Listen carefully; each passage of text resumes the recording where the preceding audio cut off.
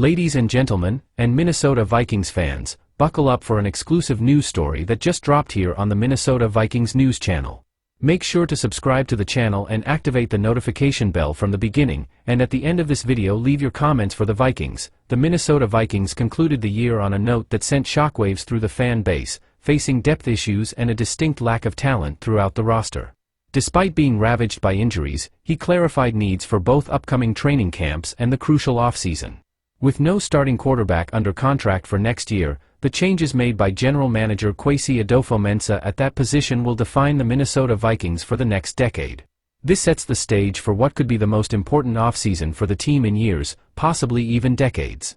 Interpreting head coach Kevin O'Connell's press conferences throughout the year suggests a strong likelihood that he will remain in Minnesota at least through the 2024 season.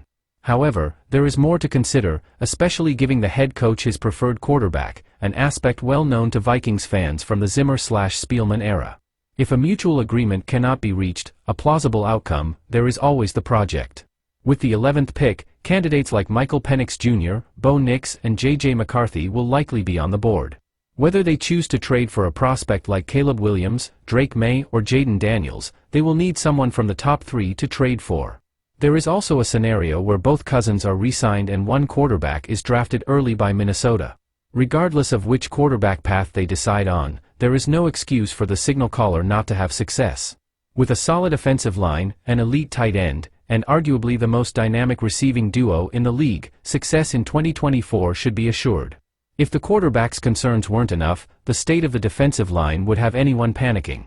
If I were Adofo-Mensah, my first step this offseason would be to re-sign Danielle Hunter. Hunter operated on a subpar defensive line but still posted career numbers.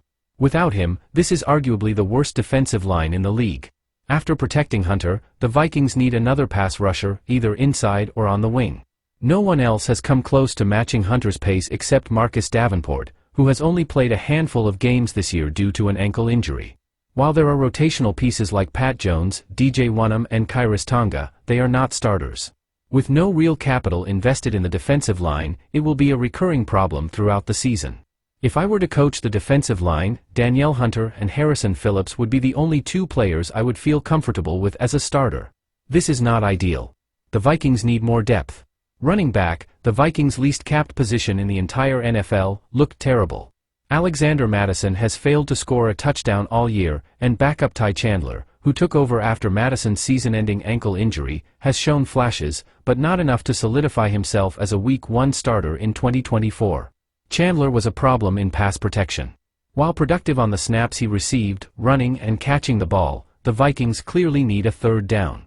Whether through recruiting or free agency, it is a significant need. As we unpack these critical needs of the Minnesota Vikings, the suspense builds and we invite you to share your thoughts on this bombshell. What are your thoughts on the Vikings' priorities this offseason? Leave your opinion in the comments below and don't forget to subscribe and turn on notifications to stay up to date with the latest updates.